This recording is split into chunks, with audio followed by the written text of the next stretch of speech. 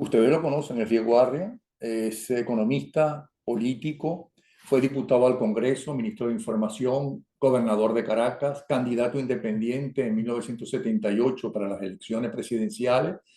En el ámbito internacional fue director del Banco Interamericano de Desarrollo, embajador ante las Naciones Unidas, presidente del Consejo de Seguridad, secretario general asistente y consejero del secretario general de la ONU. Fue un importante empresario agroindustrial, le robaron la hacienda, primero la invadieron y luego se la robaron, en fin, y tuvo unos papeles muy destacados en acuerdos internacionales contra las matanzas, contra las divisiones y los odios. Inclusive hay una que lleva su nombre de las Naciones Unidas. Bienvenido, Diego Arria. Pues mira, puedes seguir con esa presentación, con eso me haces el día. Pero tú sabes que es verdad. Yo no estoy diciendo nada que sea mentira. Tú ¿Cómo sabes, se llama, la cómo se llama lo que lleva? fórmula ARRIA, ¿Cómo?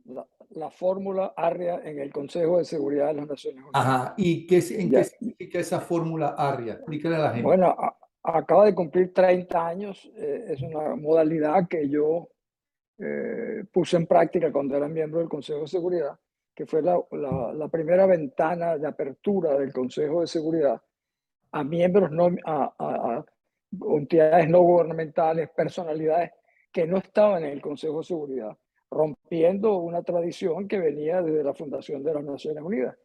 Hoy la fórmula ARRIA la pueden buscar en Google.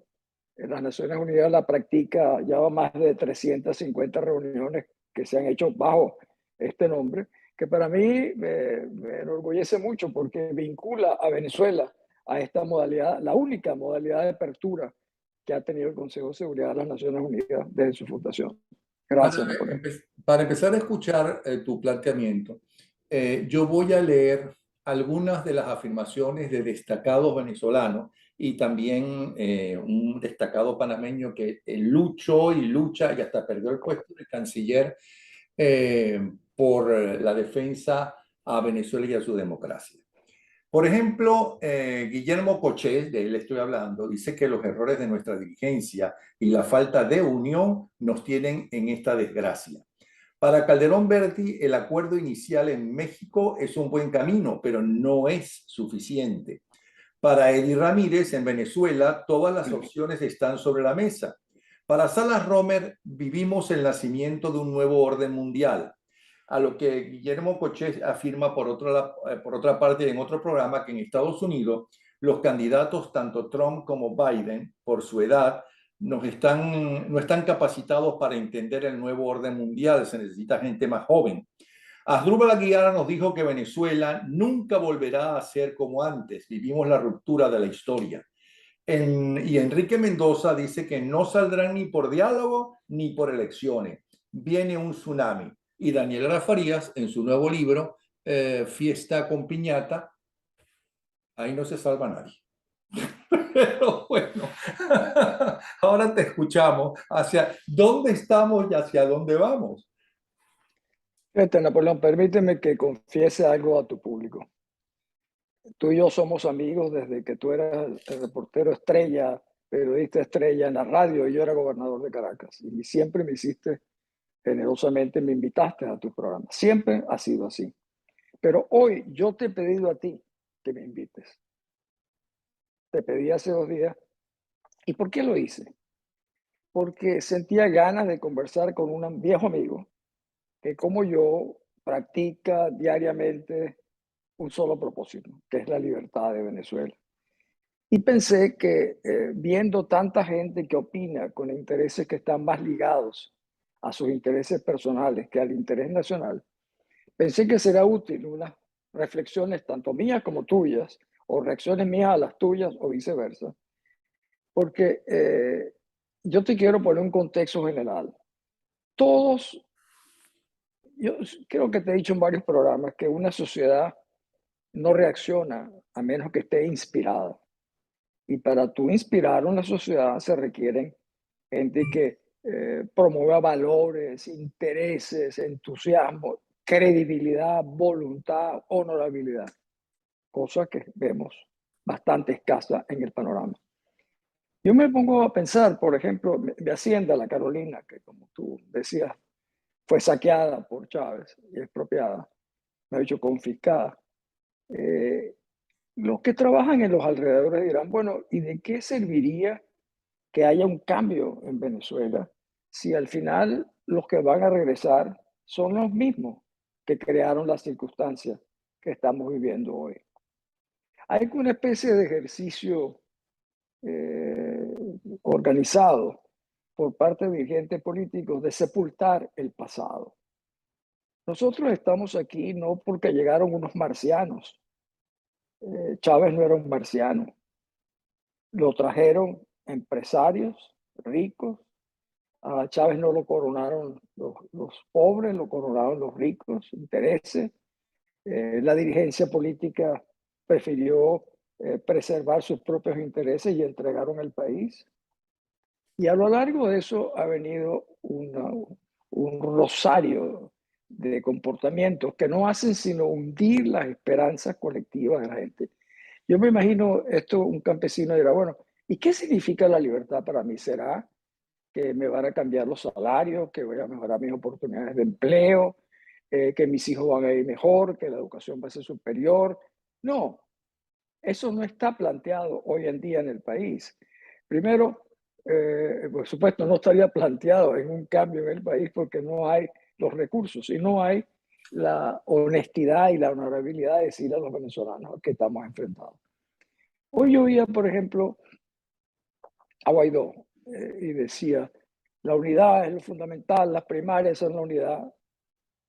Y la gente de Napoleón se olvida que en diciembre del 2015 la unidad triunfó con una tarjeta que se llamaba MUT. Yo voté por una tarjeta que se llama MUT. Y votamos el 67, 70% de los venezolanos. Vaya sorpresa. Al día siguiente, los que promovían la unidad, los partidos políticos dijeron no. A mí me tocan 20 diputados, a ti 30, 40 y acabaron eligiéndose a personas que nosotros no votamos por ellos, nosotros votamos por la unidad. Pero los beneficiarios de esta franquicia prefirieron segmentar. Ahí se acabó el gran esfuerzo de la unidad en Venezuela. ¿Y quién lo acabó? Lo acabaron justamente los beneficiarios de de una marca que le pusieron ahora plataforma unitaria, o como la quieran llamar, que realmente es la que viene siendo la cómplice fundamental de acomodo con el país. Entonces,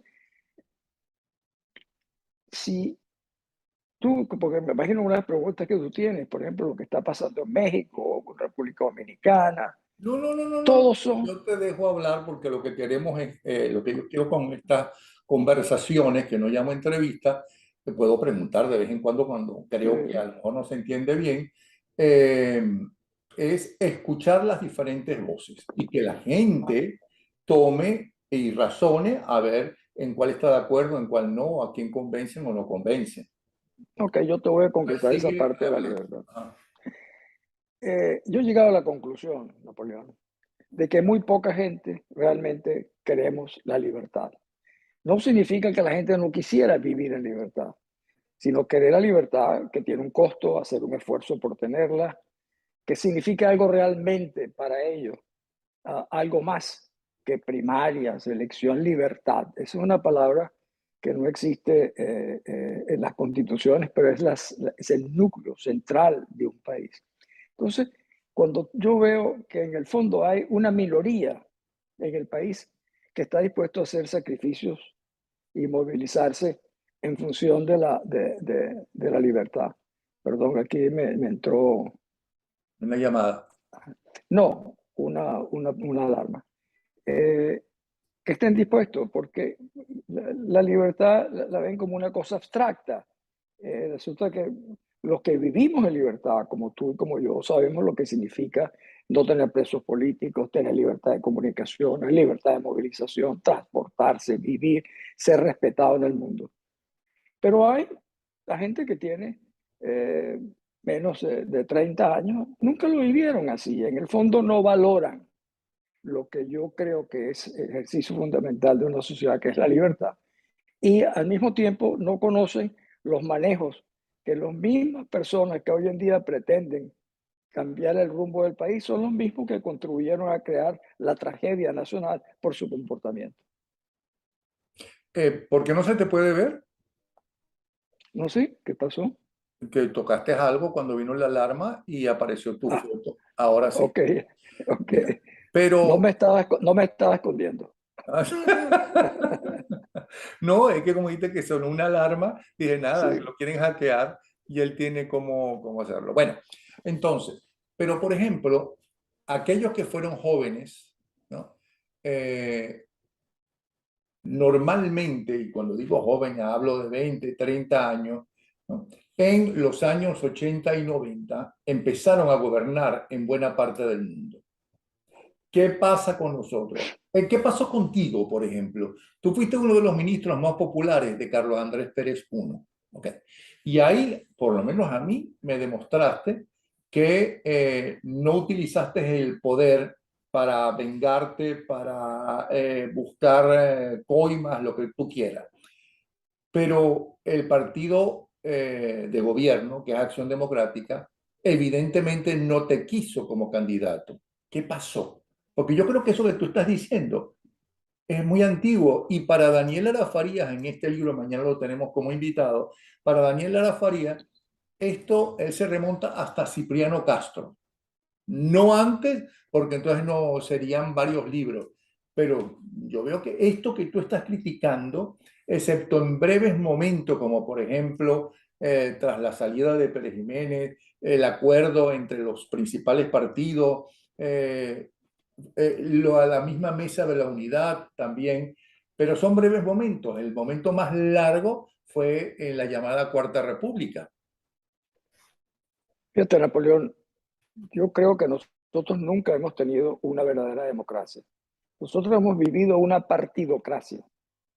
Eh, cuando tú me hablas de eso, cuando yo era gobernador de Caracas, perdona que lo diga, tenía una popularidad que sobrepasaba el 60, 70%, algo realmente que me conmueve todavía.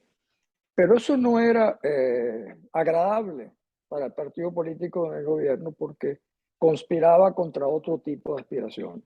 Si no hubiera sido por la relación que yo tenía con Andrés Pérez, jamás habría podido quedarme en ese puesto. Pero es la partidocracia, son los intereses de núcleos dirigentes.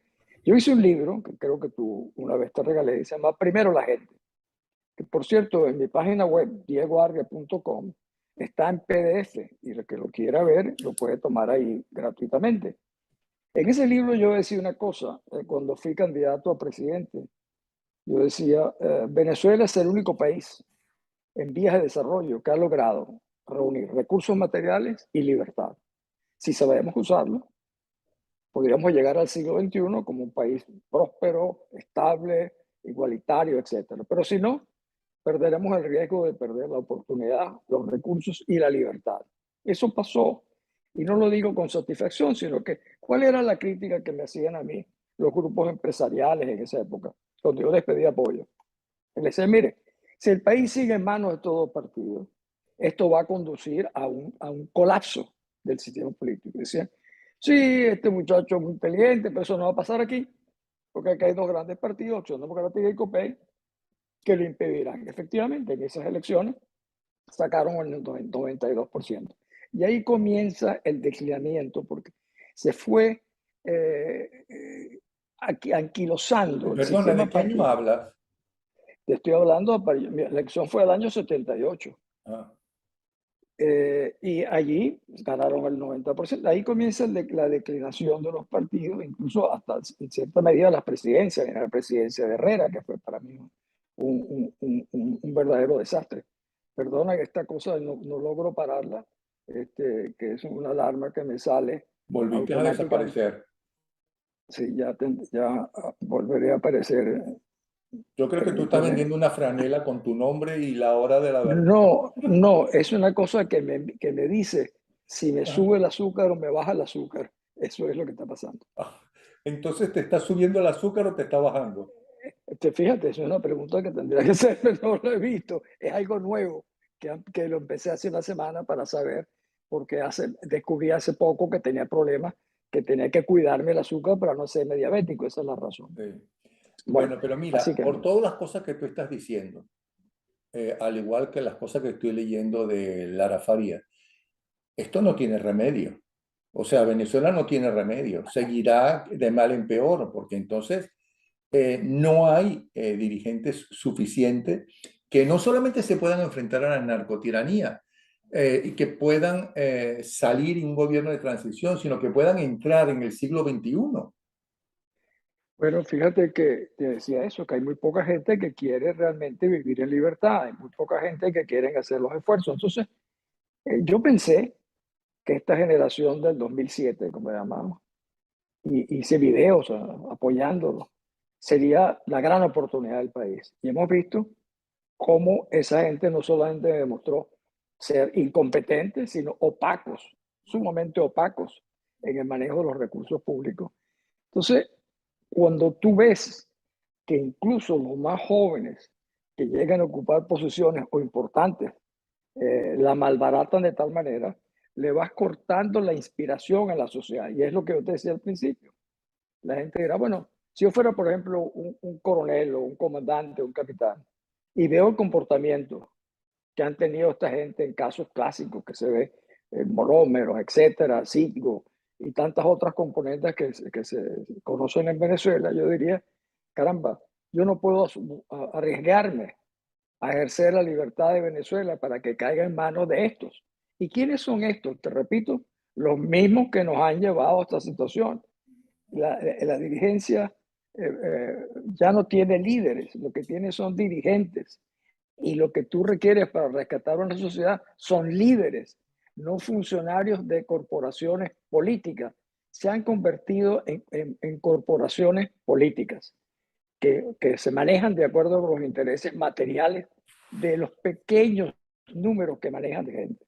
Eso Guillermo para mí Cochet hace, me dijo hace unas horas atrás que la política, hablamos de a nivel mundial, no solamente venezolana o panameña, se ha convertido exclusivamente en un negocio. sí, bueno, en Venezuela se ha demostrado en los últimos años que es un negocio en el cual se benefician los que participan en este arreglo de cohabitación. Yo tengo años diciendo, Napoleón, de que la oposición eran chavistas light y que eran cohabitadores. Bueno, y el tiempo desgraciadamente va demostrando que esa es la realidad. Y tú ves que hoy en día, por ejemplo, tú no oyes diciendo, mira, aquí lo que tenemos que es rescatar la libertad, sino hablando de unidad, ¿para qué? Para primarias. ¿Y qué son las primarias bajo una narcotiranía? Grupos internacionales me dicen a mí, oye, Diego, tú te la pasas diciendo que en Venezuela hay una narcotiranía. Pero ¿cómo es eso? ¿Cómo va a haber una narcotiranía cuando tienen 25 candidatos a presidente? Cuando lo único que les interesa a ustedes es hacer primarias y una elección presidencial, no ahora, sino dentro de 2 o 3 años, o sea, que el país aguante. Eso no es una narcotiranía. Entonces, todo este esfuerzo lo que hace es legitimar ante el mundo una falsa impresión de que en Venezuela entonces vivimos normalmente, hay una oposición legítima, hay un gobierno que los maltrata a la oposición, que tiene 300 presos políticos, pero ¿qué hace la dirigencia de la oposición? Como primera condición, incluso tratan de chantajear a la opinión pública diciendo, oye, hay que tener el corazón muy duro si no aceptamos que 3.000 millones de dólares vengan a ayudar a los venezolanos. Eso es absolutamente falso, Napoleón.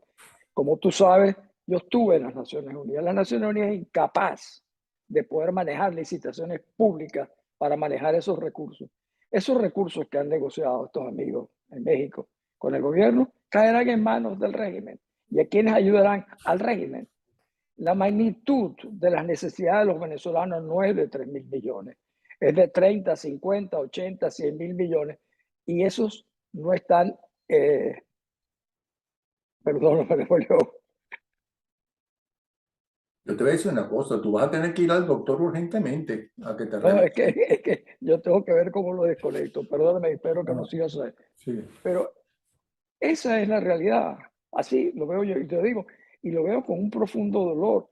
Veo que dicen, sí, hay que tener corazón duro si no hacemos que el tema es humanitario. El tema no es humanitario.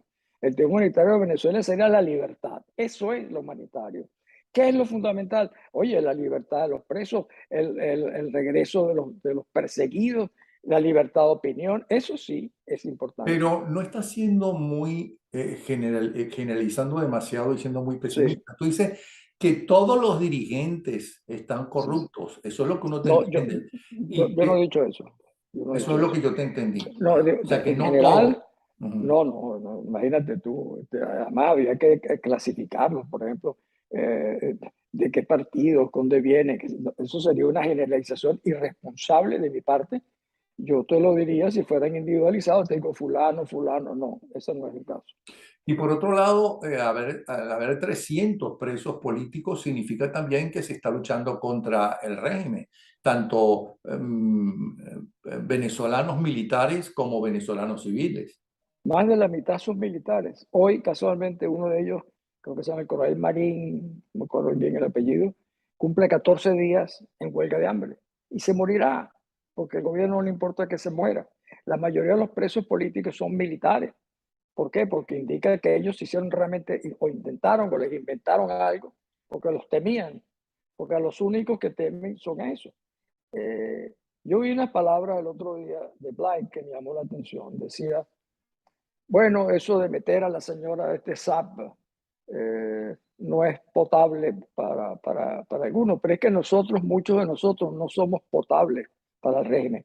Ninguno del régimen debería ser potable para estos dirigentes políticos.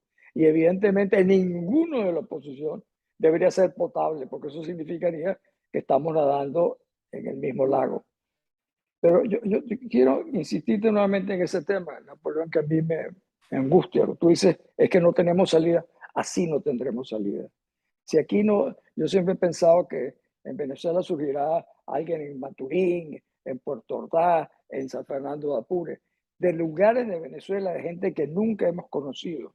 Surgirán las personas que realmente podrán animar a la sociedad, porque los que tenemos no son sin obstáculos y que, por supuesto, ¿cómo tú le vas a creer a Guaidó cuando dice la unidad es lo más importante, cuando partieron la tarjeta de la unidad entre 4 o 5 partidos sin autorización de nadie?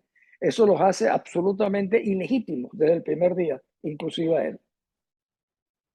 Alguien, creo que fue Pedro Palma, me dijo hace pocos días atrás lo mismo que tú estás diciendo, que el líder saldrá en el momento en que realmente se necesite, que saldrá, posiblemente sea un desconocido o la persona menos eh, popular como para ese cargo.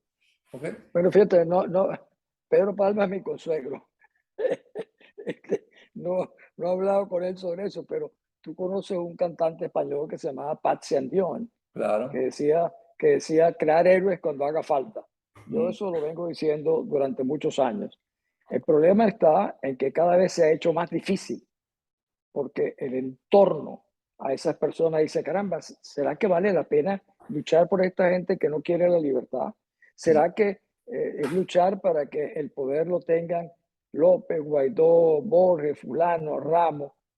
Eso no entusiasma a nadie, Napoleón, porque no hay horizontes que realmente estimulen a la gente.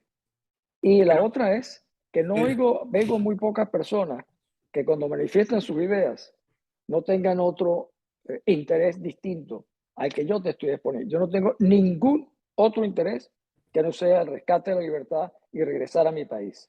Ningún Mira, otro. creo que fue Enrique Mendoza, pero ¿estás de acuerdo con Enrique Mendoza que no saldrán ni por diálogo ni por elecciones, que viene un tsunami? Sí, bueno, yo creo que será lo que llaman algo sobre, se da una causa sobrevenida, que tú la puedes llamar tsunami, la puedes llamar una tormenta perfecta o imperfecta, de acuerdo a cómo vaya. Yo creo que esto del diálogo, yo he estado en muchos diálogos internacionales, en verdaderas negociaciones internacionales. Esto es una cómica. Cuando tú ves al jefe de la representación venezolana en opinando y te dicen, tú lo ves, viajan juntos, se retratan juntos, se dan la mano, se sonríen. Yo nunca vi eso. En las negociaciones no se ven para comenzar, sino cuando el proceso ha avanzado en una serie de acuerdos que realmente indiquen de que va a haber una solución. Así fue en El Salvador, así fue en Yugoslavia, así fue en Somalia. excepto en Venezuela. Tú los ves y dices, bueno, y además opinan anticipadamente. Yo oí que uno dijo, no debemos ver esto como una fotografía, porque las cosas siguen. Entonces la fotografía es, olvidémonos de Franklin Brito, olvidémonos de los estudiantes muertos, olvidémonos de todos los presos políticos, porque estamos en otro proceso que se llama acuerdo social. ¿Quién puede creer que el señor Maduro va a entregar el poder cuando hasta los Estados Unidos están siendo cómplices en lo que está sucediendo actualmente? Y los Estados Unidos, el país más importante del mundo, nuestro aliado más importante, está contribuyendo, creando condiciones para hacer que Maduro no sienta la presión de ningún tipo de que tiene que irse. ¿Cómo se va a ir? Ya vinieron, a pesar de hacer 15 millones de dólares por su cabeza, vinieron el embajador Story, el señor Juan González de la Casa Blanca y se entrevistaron con el que están persiguiendo por 15 millones de dólares, pero no lo apresaron. Entonces, cuando tú ves eso, cuando tú ves que Biden dijo que iba a ser de príncipe saudita, un paria internacional, y luego le concede la inmunidad hace pocos días en los Estados Unidos, son capaces de cualquier cosa. Entonces, cuando tú ves que tu principal aliado es tu amigo hasta cierto punto, hasta que sus intereses comienzan a ser más importantes que los tuyos. Los países poderosos, Napoleón, están fastidiados de Venezuela. La dirigencia política venezolana piensa que no los observan, los conocen, los han profundizado y saben perfectamente lo que están haciendo y lo que no pueden hacer. Y yo creo que los Estados Unidos ha llegado al convencimiento de que esto va a ser, Maduro se va a eternizar por la debilidad, por la falta de oposición, y dirán, caramba, Venezuela hoy en día es un pobre país petrolero, pero dentro de 10 años, si le quitamos las sanciones y si hay inversiones petroleras, Venezuela podrá ser otra vez un país petrolero importante, y eso es importante para el interés nacional de los Estados Unidos. Bien interesante. ¿Alguna cosa más quieres decir?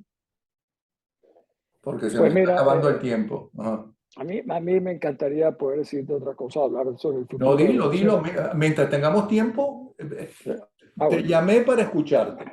Mm. gracias, gracias. No, recuérdate que yo te pedí que me llamaras. Ah, yo te dije que sí, pero para escucharte. Ajá. Entonces, Por cierto, tú yo estás así, escribiendo un libro y por eso te desapareciste del programa de las conversaciones. ¿Qué pasó con el libro? ¿Ya lo terminaste? no, el libro está publicado, está en español, está en inglés y ahora en enero sale en voz, en francés. Pero Se no me llama, enteré. ¿Y sí, se cómo se llama llama el libro? Guerra y Terrorismo en el Corazón de Europa. Si te esperas un segundo, te lo enseño. Sí, estamos conversando que no Ese, me puedo llevar. este es el libro, Napoleón. ¿Lo ves? Sí, lo estoy viendo. Es en español, está en inglés, y es un testimonio de cómo yo vi el manejo indiferente, cómplice de la comunidad internacional ante las barbaridades que ocurrieron en la antigua Yugoslavia. Y yo representaba a un país que no tenía otro interés que no fuese defender la Carta de las Naciones Unidas y, en mi caso, defender valores fundamentales de la humanidad. Y es un testimonio realmente muy crítico del manejo de las grandes potencias en el Consejo de Seguridad. Y por eso te regreso a lo de Venezuela. Si tú ves que nuestro más grande amigo te dice, comienza a quitarle las sanciones, ¿qué es lo único que teníamos nosotros? Sanciones. ¿Y eso quién lo puso? Lo puso Trump, porque las primeras sanciones personales las puso Obama. Trump le pone las sanciones y luego Biden comienza este proceso de poner solamente a Chevron, que fue la empresa petrolera más asociada a los intereses de Chávez mientras estuvo Chávez. Estos seguirán a otras, seguirán los italianos, los franceses, los Bueno, rusos. lo lógico es que los otros digan esto es injusto, Claro, no hay claro, igualdad, como que Chevron claro. sí y otras compañías no. Por eso te digo que vendrán los otros porque ese será el reclamo, Bueno, incluso pero judicialmente. cada país defiende sus intereses en primer Pues lugar. Demasiado lógico, bien pues nos ha lógico. salido que los países Claro, europeos que tanto han adulado a la tiranía de Fidel Castro, ¿ok?, se enfrentaron a Maduro y a Chávez. Los Estados Unidos claro. lo mismo. O sea, demasiado Es bien que, nos ha ido. es que llegamos justamente a ese límite, como tú estás señalando. Los Estados Unidos y la Comunidad Europea tienen sus intereses. Las grandes potencias piensan primero en sus intereses. Hay un poeta que tú conoces, Kipling. Rudyard Como Kipling. Roger Kipling. Kipling decía en su poema así, decía que todos tus amigos puedan confiar en ti, pero ninguno demasiado. Eso es lo que nosotros tendríamos que tener presente con los Estados Unidos. No se Es te nuestro ve. amigo. Tú estás Es, vendiendo una franela, tú estás vendiendo una franela que diga la hora de Venezuela, di la verdad. no, este, ahora me estoy desapareciendo sin querer, nada más acá para ver ahí cómo hago. Zoom. Lo que hiciste antes. Sí, es que como no vi bien, apagué una cosa aquí. Aquí Oye, está. estamos terminando el tiempo, nos quedan 5 minutos. Si no, concha, tengo que regresar acá para ver cómo hago para regresar aquí. Bueno, te escuchamos como si fuéramos en radio, entonces, mientras tanto. Estabas hablando de Roger Kipling. Entonces eso, pues nosotros evidentemente tenemos que confiar en los Estados Unidos, nuestro mejor amigo, pero óyeme, con límites. Y los límites, ¿cuáles son? Darnos cuenta de que cuando sus intereses prevalecen, los nuestros desaparecen. Y la verdad es que le hemos dado razones a los Estados Unidos y a Europa para que no confíen más en que habrá una capacidad por nosotros mismos de enfrentar a lo que viene. Incluso tú crees que a alguien en Venezuela le interesa lo que está pasando en la Corte Penal Internacional contra Maduro. No.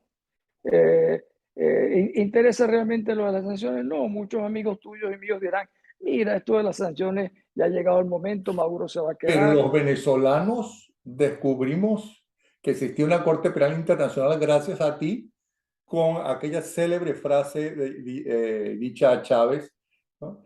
Nos veremos en la Corte Penal Internacional. Sí, no es retaliación ni venganza, sino que es justicia. Bueno, eso me costó a mí, como tú sabes, mucho, pero esa fue mi contribución. Para mí no es gratis. Ahora alguna gente dirá, oye, qué fácil es decir esta cosa. Yo estoy en Nueva York en este momento. Pues mira, no es tan fácil como la gente. Yo quisiera vivir en Venezuela. Yo quisiera vivir en mi finca donde vivía en Venezuela, con mis amigos, con mi familia. Y uno tiene, como tú sabes, en el exterior muchas otras cosas que hacer que ocuparse del país. Yo en vez de ocuparme las 24 horas al día en defender a mi país en todos los foros, podría dedicarme a muchísimas otras cosas. Y no lo hago porque yo sigo y debo pertenecer a esa minoría, Napoleón, que realmente siento a los venezolanos, como me dijo un día mi hija Manuela, como mi familia extendida, porque sí quiero la libertad y lo he demostrado y que tengo amor por mi país y Pero por mi gente. sí, tú trabajaste en la OEA y me preocupa una afirmación. En la ONU. Dijiste que en la ONU, perdón, y dijiste que una afirmación de que ese dinero que va a distribuir la Organización de Naciones Unidas, ¿no? Va a terminar en manos de la narcotiranía. ¿Por qué estás tan seguro de eso? Bueno, ya mismo Jorge Rodríguez lo dijo. Los proyectos que se harán son los que nosotros, nuestros técnicos, han decidido y han aprobado.